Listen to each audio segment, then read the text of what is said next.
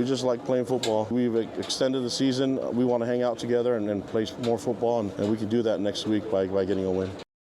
There's Kalani Sitake after BYU goes on the road and beats Cincinnati 26-14. They take a giant step towards playing for the Big 12 championship. How cool is that? Got a lot of thumbs up and a lot of hearts. A lot of people loved what they saw as BYU was able to grind out that 12-point win. And Frank says the most cool thing is it knocks the little brother up north out of any chance of playing for anything this year. Not going to let it go, PK. Also not exactly true, but that's it's not 100% true. No, it's not. It's likely. Tony says they will be a double-digit favorite at home against UCF. You can't take anything for granted. Play their game, and things will work out. Yeah, that's closer to the truth there. If Utah goes 11-2, then that would mean that the Sun Devils knocked BYU last year out of playing for anything. No. You were jacked to play that Colorado game. 100%. So, no. I'm not going to let some outside influence determine the quality of a football team. Did you and Kalani have a meeting and get together on this? Because I think that's what Kalani is saying without using those exact words. He's deflected every question that's come his way about that, about win the next game. I'm glad we won this game. Just about the things he can control. Win the last one, win the next one. But I disagree with him to an extent. Notre Dame puts up 70 with the point of putting up 70. Mm-hmm. And L.J. Martin scores that late touchdown. It looks better. They didn't create the system. They are in the system, so they got to play by the system's rules, however ridiculous they are. So that late touchdown that they scored makes it look better.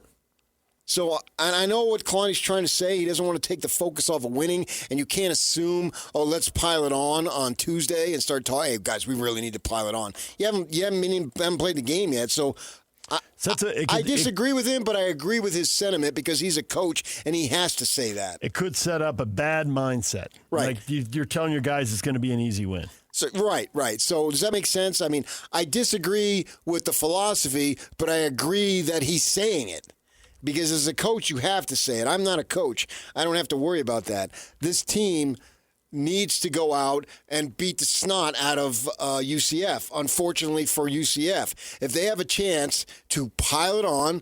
The Catholics did it. Yeah, PK, that's, I think, the point. PK, yeah. Kalani can't talk about it during the week, but if afforded the opportunity, you got to do it. Pour it on. You got to do it, man. That doesn't mean you won reverses and Kingston's throwing the ball late in the fourth quarter when you're up by 24. But if you have an opportunity to play. So don't go down at the 1 yard line, LJ Martin. Continue across the goal line. Yes, exactly. Dillingham talked about this Saturday night. They scored a late touchdown. Mm-hmm. Now they're a long shot, but they've had a nice season given the injuries that they've had. And he said that he caught the eye of Deion Sanders, and Deion wanted to continue to play because he's got a freshman quarterback. Mm-hmm. And so he's taking timeouts in a game that they're not going to win. Mm-hmm. So they kind of gave each other the look like, okay, let's play, right? And so they score a late touchdown. It doesn't matter for them because they're not going to get there. But the point being that their victory looks a little bit better. Yeah. And so they played, and they got a kid who's a third-team running back, whatever it might be, and he scored a touchdown, his first of his, hopefully for him, for many. And so he was asked about that, and he said, "No, this was set up like this." Game reps are a rare opportunity, Yeah. and so if you want to coach and teach and all that stuff. So they need to do that. Did you ever have that happen to you when you were playing? What? Where there was a lopsided game? We were getting crushed once. We'd never seen full court zone press, and they were going to take it off because they were up by like 30 or 40, and our coach turned around, "Put the bleeping thing back on. We got to figure this out." So it's game reps. You got to. Yeah, baseball's a different sport that way. I know, but you put your finger in the dirt for a year in freshman football, and you got all the CYO basketball. So I don't know. You're a multi-sport athlete. Oh. Yeah, one time my father was coaching. He took me out. I said, "Put me back in." We got the game won. I said, "I know, but I'm hot." See? There you go. I've got no problem with them, and I think it's actually needed in a sense. The Notre Dame, 70 points. Did they need to do that to win the game? No, but if it helps keep them in the playoff field, if it gets them a home game, depending on how things play out. It shouldn't have to be that way, but this is the ridiculous system. And the committee comes out, and the chairman says, well, they didn't look good. So it's about how you look. Clearly it's about how you look. Look different. Yeah. And pile it on if they've got that opportunity. And it's important that they do that because it is a beauty contest. And you're trying to do stuff beyond what you should need to do. And so far for them, and if you go 11-1 and you're left out, then it's a bogus system, and I don't want to hear it. Then there is no more realistic national champion than there was in 1984. Nobody's going to get left out at 11-1, I don't believe. But will you get left out at 11-2? Oh, so then they should say we're not going to play the game. 12-1, you have the automatic. You are 11-1. Now, I didn't say that. Anytime you achieve 11-1. And I don't care if you got 15 games left. If you got 11-1, you should be in, especially when that's coming off a second consecutive 11-win season. Bleep you, and you, if that committee does not put BYU in it. And that would be an absolute joke. And I don't care if they got beat 70-7 in that final game. No, they were 11-1. Don't judge on one friggin' game. Who else gets judged on one game? That's ridiculous. You went 11-1. SMU was 11-1 last year, lost the game, went to 11-2, and got in. So there is precedent there. Whether that'll matter, my guess is it won't. But we'll see. I mean, and it was so nice to the Cincinnati fans. They understood the situation, so they were chanting, "Good luck, Mormons!" Yes, good luck, Mormons. Good luck, Mormons! Yes. Almost. Good luck, Mormons! Almost Has that accurate. fine been imposed yet? Now, I heard that. That's what I heard. Good luck, Mormons. And I thought that was really nice of them. We donated food to you, and you're telling us good luck. That was nice. That's what I expect of the Queen City people. I've been there. Hence, you know about the Queen City. Yes. My wife says we're watching the game. Have you been to Cincinnati? And I look at her. I said, "You talking about the stadium?" "No, the city." "Yeah, we sat in the ballpark and watched the Reds play." "Oh, yeah." She's forgetting all the ballparks you've been to. I was there with you. Come on. And that's probably not the only time you've been there. Right. Yeah. Well, that's why I wasn't sure what she meant. Yeah. But yeah, you were right there. You were sitting to my right, remember? Had me a little nervous there. But yeah, if they go 11-1 and they don't get in, it's just an absolute travesty. And then to me, it's no more, if you're going to criticize the 1984 one, then criticize this one. 11-4 in a power league.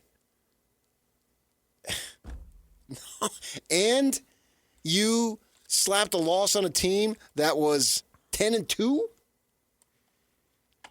Yep.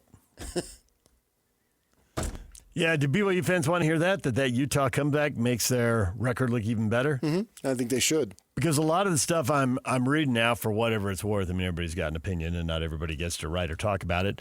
But a lot of people now are constantly noting, well, they had a win over a ranked team, but they're going to drop out. You know, Missouri's going to drop out, so it doesn't really carry the same weight. Right. Utah wins, so they won't drop out. I think in the moment you wanted to see them lose because it's fun to see them lose. But now that you get to think about it, you're like, okay, well. Especially you hadn't played Cincinnati yet. Oh, yeah. Right. Yeah. Right. Well, now you played Cincinnati. You got that win. And so now it's completely control your own fate. It's not destiny, because destiny, you can't control it. It just happens. And that's like anxious and eager. It drives me nuts when I hear that. And here, you just win the ball game. Now, you don't win the ball game, then you deserve all the ridicule that you're going to get. Win the ball game, and then, yeah, way to go, Utes. Thanks for helping us out. We appreciate it. That would tick off Ute fans even more. So that's what you should do. You should, when you go to work next Monday, a week from today, give your Ute fans a hug. We couldn't have done it without you. That's going to irritate them even more. See, I know how to irritate people. And say, bless your heart while Yeah. you do it. Yeah, thank you. So we speaking appreciate your help climbing to the top. Speaking of irritation, Matthew says about isn't it cool to BYU on? He says, not sure. I'm still reeling about the soul-crushing question you all asked a few days ago. Well, I already thought about that. Maybe next week is the most important game in BYU history, right? Until the next week. It just keeps going and going. And that's what you want. Like run-on sentences and long-winded questions. You don't want long-winded questions or run-on sentences, but you want the most important game this week to be superseded by the most important game next week because that meant you won that game. It means you won the last. You freaking idiot. It means you won the last big game. Who is that? How you hanging on? Where are you? Yeah. Matthew McCray. I'm in San Bernardino right now. Well, Matthew, you're stupid in this particular instance. Long-winded run-on, so Yeah, you I went know. with the question. Okay, I was slow on that one. You were? Way to go, Yak. Oh, no. That is the classic. That is the ultimate long-winded. You've had a few yourself. Thank you. You want to let people know, hey, I know hoop. I know to dive to the post. I know this and that. You can, with Locke, you get a little long-winded. And I usually check out, to be honest. Like last week when he said, oh, that was a brilliant question, I had long since checked out. It was just too long. I mean, if it's more than 10 seconds, I'm out. And I don't care how brilliant you are. And you're very brilliant when it comes to basketball. You know your basketball. There's no question about it. Now you going back to a Jersey again, didn't you? Basketball. That's the way they say it. Basketball. You got to get it up into the nasal passage. Basketball. Yeah, so...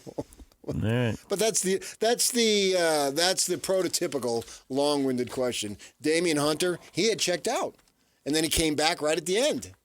How you hanging on? Where are you? I'm in San Bernardino right now. Tom Holmoe told me he laughed hysterically at that. I bet he did. The rest of us did. I don't see why A friend of Tom mine wouldn't. told me she pulled over on the side of the road because her eyes were tearing. That would have been great to hear it live. I didn't. Missed it. But now we get to hear it forever. We do. That's true. So I don't want to hear if they don't make it 11-1. If they finish 11-2, I don't care. They were still 11-1. And your SMU example is spot to freak on. That's why I have faith that they'll get in.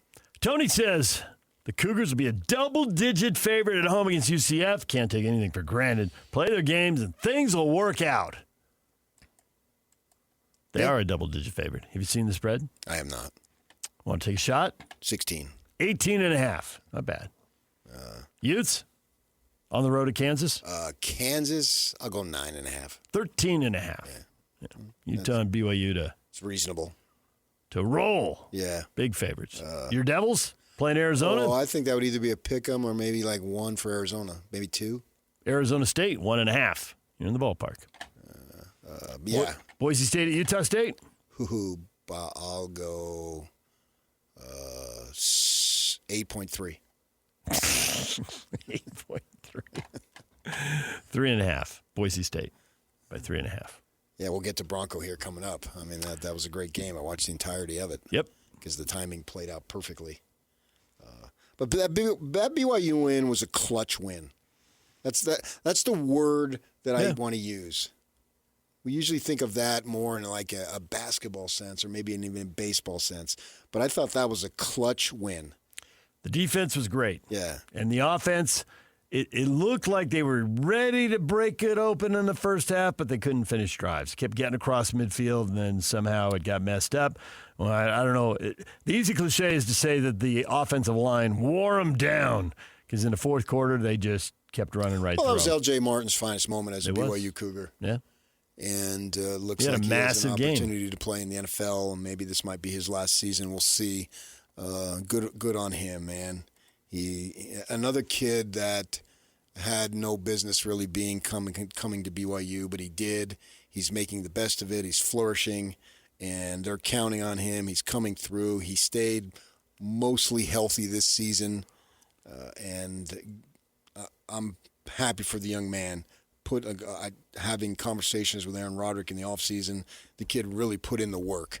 That's what Aaron Roderick came back to that to me, told me multiple times. The kid put in the work, and now he's reaping the benefits, and that's so great. There was my guy down at Corner Canyon, Eric Kerr, the coach, an individual I respect at the highest level and someone I've known for many years. He had a quote after they won the title, and I get, they're the all-star team, blah, blah, blah. Okay, fine, whatever. He said, a quote he said after the game. About work. Yeah. About putting in the work Said, in the offseason. Without work, you're nothing. Without work, you're nothing.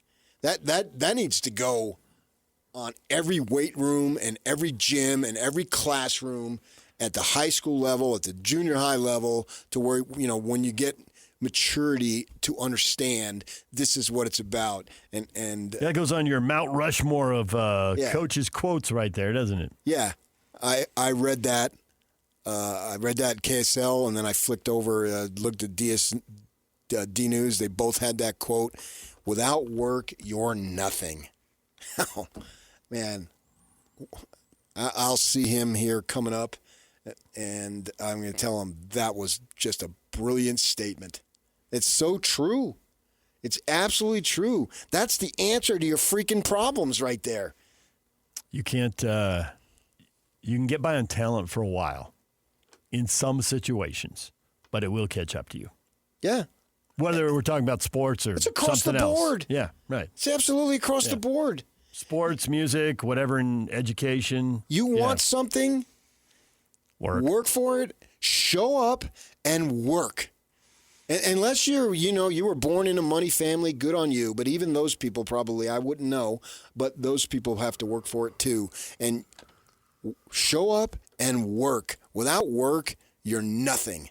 And to see BYU do what they've done this season, it's through the efforts that they've put in. And it's a great reward. Job's not done yet, but so far, that was a clutch win on Saturday. They needed it, and they got it. DJ PK, it's 97.5, the KSL Sports Zone. When we come back, Bronco Mendenhall coming up. We'll talk with the Aggie coach after a big win at Fresno. Stay with us. You've been listening to The Zone for decades. Yes! But now you can watch the guys break down your favorite teams. Some viewers may find the following video disturbing. Viewer discretion is advised. Catch the video stream of DJ and PK, Jake and Ben, Hanson Scotty, and JJ and Alex right now at KSLSports.com or by searching KSL Sports on YouTube. Utah's best sports radio is on air, online, and on the KSL Sports app. This is 97.5, the KSL Sports Zone.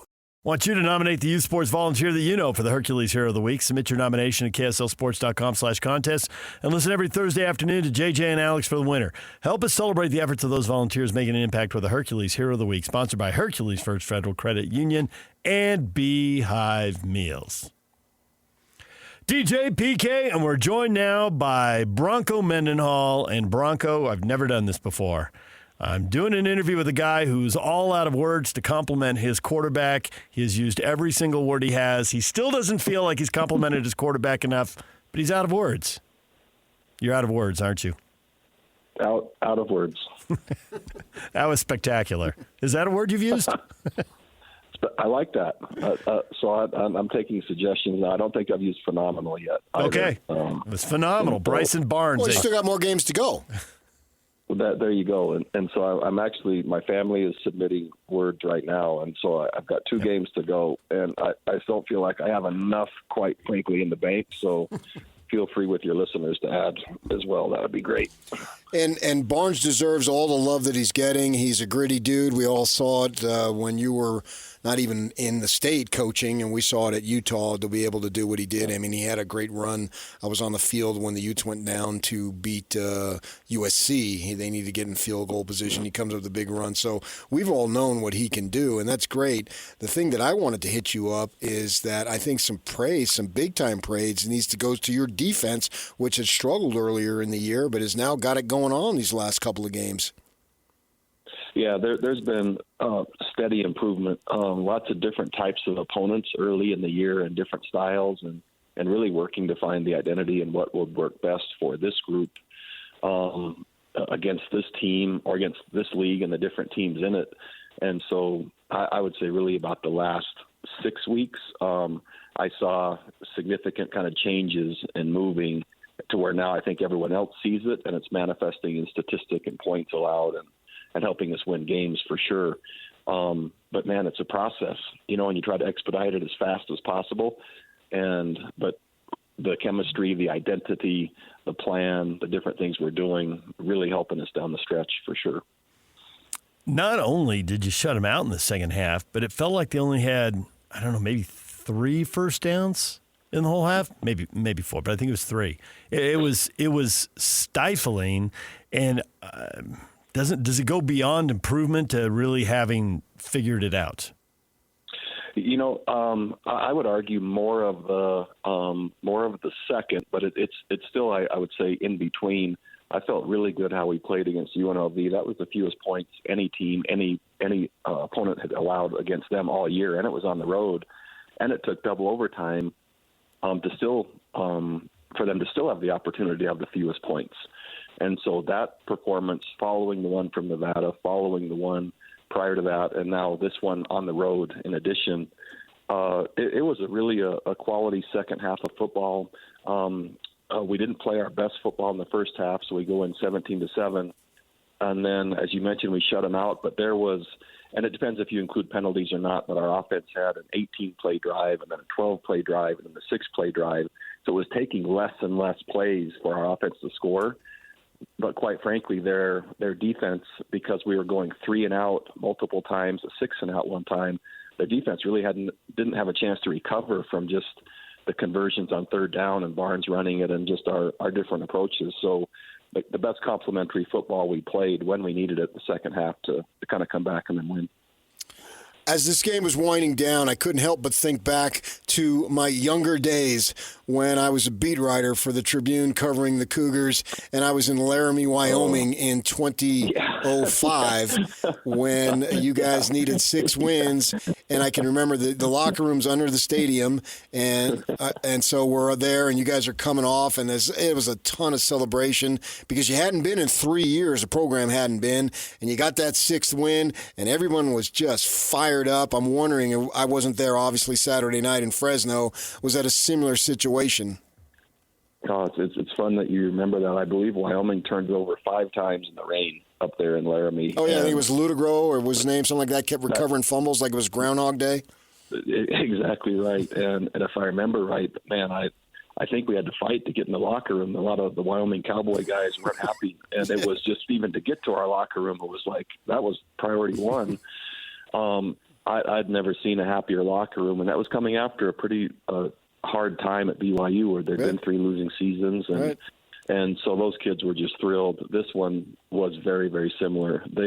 Our team was so happy, our coaches, and it's the most gratifying thing as a coach to see, and as a parent, I would say, right, to see others that you're really trying to help just so happy. And great, just a great night. And then, man, our plane was delayed, and then we had to land in Salt Lake, and so we didn't get back to Logan until about 6:30 in the morning. It was like the equivalent of a red eye. But man, when you're off a win, that doesn't even seem that bad. Right, especially after a bitter, one of the more bitter losses you've probably ever had. There's a scar on that one that's going to last forever. Because I really feel like we outplayed them and won the game, and didn't have anything to show for it. But our team actually felt momentum from that game going into this one. So there was a bitter taste, certainly, but they actually were encouraged because they believed they played well enough to win. So kind of a mixed feeling there. Obviously, Bronco, you're in your first year here at Utah State. So you probably know some of the school history, but you probably don't know a lot of it. And I'm of the opinion that although you have earned your way to a bowl game, and we'll find out where you're going and who you're going to play in a little while, I think the real bowl game is Boise State this week. At home, and they've won 9 in a row and 21 of the last 22 with the Aggies. You're new. A lot of the players are new, but I can guarantee you the fans know about this. And you're going to hear about it all week if you interact with anyone there. So sick of losing to Boise State.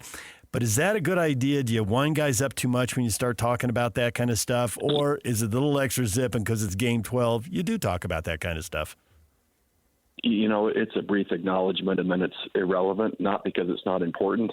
Probably most of the teams in the Mountain West would have a similar statistic, would be my guess. Boise's been a strong program for a long time. We've played really well at home this year. Our team is super confident.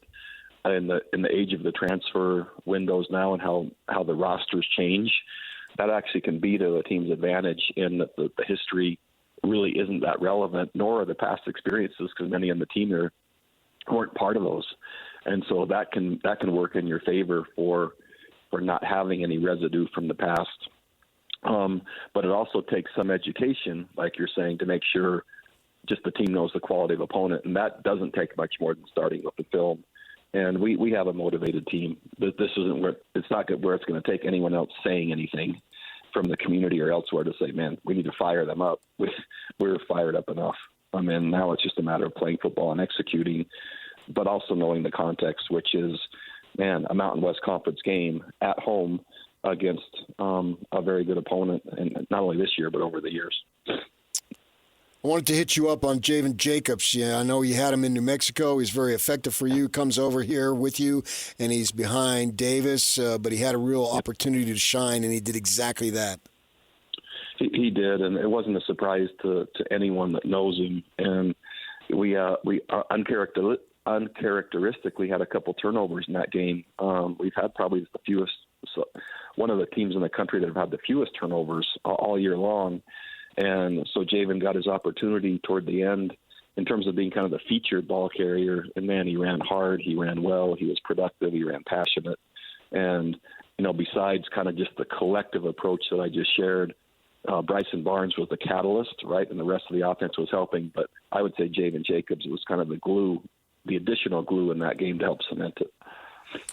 When you play as well as the team played in the second half, is the film session on Monday a lot shorter, or do you spend as much time going over positives as you do negatives? An important moment's an important moment, and you got to reinforce the positives as much as you have to correct the negatives? Man, it's a really good question. One of the things I promise our team, I don't make many promises, that we'd be postseason for sure. That's going to be consistently what we do. But what they could expect on a daily basis in the team meeting, which we had, and that's whether we win or lose, I'm going to follow a similar process with a similar mindset. And many could say, man, that's not customized enough to the result. I like the players that come in not wondering how the head coach is going to be. What's he like today? Is it going to be this? It just is in the space of things they could be focusing on to improve. So we follow the same process, and I've talked about it a number of times, but I always start with grabbing the good. That means all the things that I saw that were just, man, I was so impressed with. And then we go to fix the fixable, the things that are fairly easy corrections, but we need to hit those. And then correct the critical. That means things that if we don't change it, we're not going to win. So I address that with the team. And then, keep the faith in what we're doing. And I always add statistics as to this approach over my career or this approach's career and what it's yielded, and that it's not going to be just if, it's just going to be when it happens, and they control that. And then to love unconditionally. And I just follow those same steps every single team meeting. And so the players know what to expect.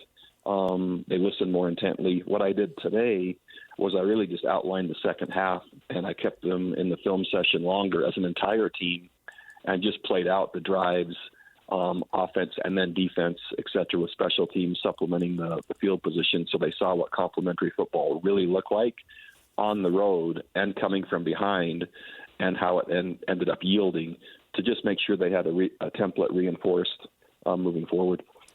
You talk about that the postseason is something you're going to do consistently, and I already said how much this season for you guys has reminded me of 2005 when you did what you did and got to the bowl game and all that. Well, now, if you want to go and keep it having the situation being similar to what you did your first 4 years at BYU, that means the next 3 years you need to go next 4 years 11-2, 11-2, 10-3, 11-2. Bronco, come on now. Thanks for that reminder. So I'm going to frame this. So yes, that happened, and I would love nothing more for that. And I'm so happy for these guys. This will be my 19th year of head coaching and the 17th of those teams that have qualified for postseason. And it never gets tired. I never get tired of just seeing how happy they are. At Virginia, it took year 2 to get to postseason. Yeah, but I wasn't covering you then, so I don't care. Yeah, and so what I'm going to say to try to validate your point, even though neither of us really care, then it was the following year shutting out South Carolina and then getting the Orange Bowl. So it wasn't 11-2, 11-2, 10-3, 11, but it was, man, a New Year's Day game after shutting out an SC. And so I vote for that trajectory. That's not a promise, but I vote for it, similar to the past two places I've coached. All right, well, first things first, it's the Broncos. It's a short week. What does the holiday look like for players when you got a Friday game? It's non-existent, and there's no way to get around it. So it's similar to when you have Christmas for a bowl game, which we've been through. But this week we also play on Friday. So besides kind of the red-eye trip getting home, Friday at 2 is when we play. So there's one less day. We're basically moved up a day, but what we will do, we normally have a luncheon for our team on Fridays, the day before the game. So that will now be Thursdays, and we'll basically be serving Thanksgiving format for that meal. So really all that's changed is the menu for a pretty typical model that's just one day moved up. So it's expedited. Families will be coming in for sure to watch the game. And so the day before the game, which will be Thursday, the players will have that morning up till till 1:30 to be with their families, and then it kind of goes on lockdown once we have Thanksgiving meal together as a team, and then we're into the game prep mode. I'd imagine you like the setup though, at home, 2:00 in the afternoon. Oh man, I just anytime I didn't imagine the home field advantage, nor how much fun it would be to play here in Maverick Stadium. I didn't know. I'm learning about Utah State and the environment here and the fans and the supporters, and just what just an amazing surprise, and just our team loves it here playing at home, as do I. And so it really couldn't be framed any better where we were to play Boise, and for this to be a conference game to finish the year, and then again another win at stake in the Mountain West Conference against this opponent. Meaningful games in November it's just so much fun and so much better for kids in college, when you're battling for something meaningful all the way to the end, which they've earned, which I'm happy for them. It feels like when you're on the sideline at Utah State that those are the narrowest sidelines. Maybe Oklahoma State, that's another place. Like there's no space. And I think that all this energy and the sound goes in there. It just feels like it rattles around down there. There's no space. Man, it's a cool. Everyone's right on top of you. Yeah. And I've been on both sides. I felt the support, and man, some of the names I've called here as a visiting coach have left a scar forever. I mean, the fans get after you here in a really cool way. So our support, this climate, this stadium, and the proximity again of the fans, it's remarkable, and just truly a great place to play. All right, well, Bronco, you got another one Friday at 2:00. We'll be watching. Good luck, and thanks for joining us. Okay, thanks, you guys. See you later. Bye. There's Bronco Mendenhall, Utah State football coach, after a gutsy come-from-behind win at Fresno State. Turned everything around at halftime. The guy's a good football coach. That's the bottom line. Yep. They wouldn't have done what they did unless they had him and a staff full of good coaches. Because that's 17-7 first half on the road. They're 0-5 on the road. There was really no reason to believe. And yet 21-0 in the second half. That was – and Fresno's good. Uh-huh. They're not great. They're not great. But they are a solid team. It's 7-3. Well, it's like Cincinnati. Yeah. We're not talking about them being great, but we're talking about them being good. And, winning 7 ball games, that shows you got a level with a couple of games to go. I mean, they still had an opportunity to get to 9 at that point in the regular season. So, yeah. And this was just a great hire. Normally, Utah State doesn't get the opportunity to hire a coach of that capability, that proven of a track record, and circumstances being what they were with him being from the state and his boys going to school here and all that stuff. They were fortunate that the situation came up, and they got it. And they've been in a bad spot with administration wise, with a lot of upheaval. Mm-hmm. The team last year was not good and all that stuff, and he's doing what he's already done. Clean it up. get everybody pointing in the right direction. That was, being the beat writer at the time for the Watchdog, to see a program that had 50 different directions, every which way they're going, no one's going in the same direction. And then he comes in and gets everybody going, pulling the same way. It may sound trite or cliche, but it was so true, and I witnessed it. I saw it. I was there. And in those days, you can go down and watch the practices all the time and speak to people. It's it's real cut off now, and you can talk one-on-one a lot more than you can now. And to see the work that he did was just amazing, and he's doing it again. DJ PK, when we come back, the locks of the week. How did that play out? Stay with us. It's game week for the Cougars, and the KSL Sports Zone is getting you ready for kickoff. The Cougars look to punch their ticket to the Big 12 title game as they wrap up the regular season at home against UCF. Listen all week long for the best coverage of Cougar football and your chance to win tickets to the game. Then catch College Football Saturday with a post-game show immediately following the game on KSLSports.com. Your home for the best coverage of BYU football is live on air, online, and on the KSL Sports app. This is 97.5, the KSL Sports Zone. And now, your Rocky Mountain Chevy dealer's strong play of the weekend. Inside the one for Utah. Parker and Dampier. Parker in motion. Dampier keeps it. Dampier, touchdown, Utah! There's the Chevy Strong play of the game. The game winner in a 51-47 game. And know it today after 3 o'clock. And JJ and Alex give you a chance to win fabulous prizes. All right, it's time for the locks of the week. Yak, how did it go this week in the National Football League? Well, I was on the wrong side of a historic comeback. Thanks. So here's what we have to learn. The Cowboys at home are dangerous because I took Green Bay in there, and that was bizarro, historic. Yes. And they came back in that with the help of a 2-point conversion return. Yep. And now you did it, PK. Don't pick against the Cowboys at home. I'm saying we've both made the mistake. Yeah. The stove is hot. Don't do it. Don't take the Cowboys at home. Don't go against the Cowboys at home, excuse me. Okay, I'm going to do it just to show you. Okay. Nice. All right, so outside of that. Is that your second loss? That's my second loss. Oh. So, yeah, coming back to the pack a little bit. Okay. Now, DJ, you took the Baltimore Ravens, and it's a good pick because the New York Jets are terrible.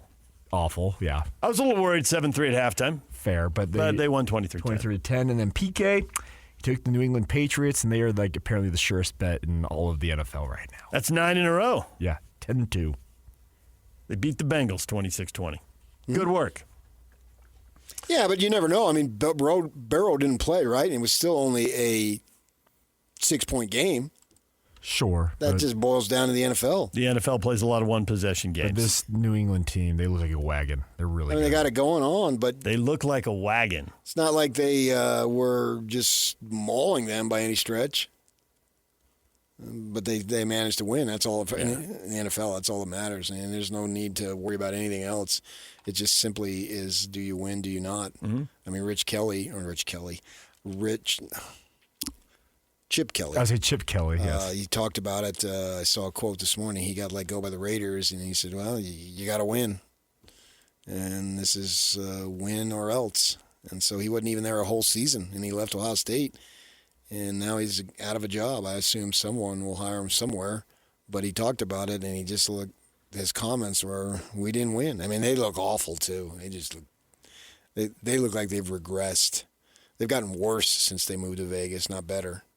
And the reason you would say that is because they have gotten worse. Yeah. They are regressing. It's not just they look like it, they are. Right. They can get nothing going against Cleveland and with Shedeur, and then Shedeur runs his mouth saying, oh, man, this is basically the start. When I get a full off season, look out. Tom Brady, you might as well just leave the planet. Can we tone it down a little? No. Nope. Can't do it. There'll be no toning down. I mean, you're playing one of the worst teams in the league at home. that just fired the coordinator. In a world where there's very little middle ground, when it comes to shooter, there's even less middle ground. You know, I mean, a week ago, they didn't prepare him. They didn't give him a chance. Oh, they gave the coach 4 quarterbacks, so somebody's not going to get prepared. 2 of them are rookies. They're starting another rookie. Of course he's not prepared. And I said 1 week, I can't believe he fixed everything because you said it was the Raiders. It was a perfect place for a first start when you haven't had a lot of preparation. For sure. And just don't screw it up. Right, and they didn't, and they got the win. Yeah. So now they may be wrecking their draft pick, but oh well. They need a little win in Cleveland. I don't know. That's you find players everywhere in the NFL draft. You need draft picks, but I don't know that spots really matter. I think if you want an elite pass rusher, and they have one, so to have 2 would be awesome, and they may have to move on from the one they have. We'll see how that plays out. But I don't know that draft's position determines not automatically. Not in the NFL. I mean, all the suck for luck, and then he gets injured and he's out of the league. Yep. And he really was good. I mean, everybody scouted him, and it was right, and it ended up not mattering. Yeah. So. But it's a lot like the NBA, man. The teams at the bottom, I think there's at least a quarter of the league here says three wins or, well, 1, 2, or 3, because the Titans are sitting on 1 win right now. So the bottom quarter of the league is really, really bad.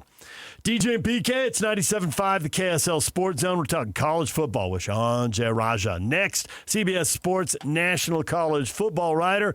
Get his thoughts on the Big 12 and the Utes' comeback and the Cougars' positioning. Stay with us.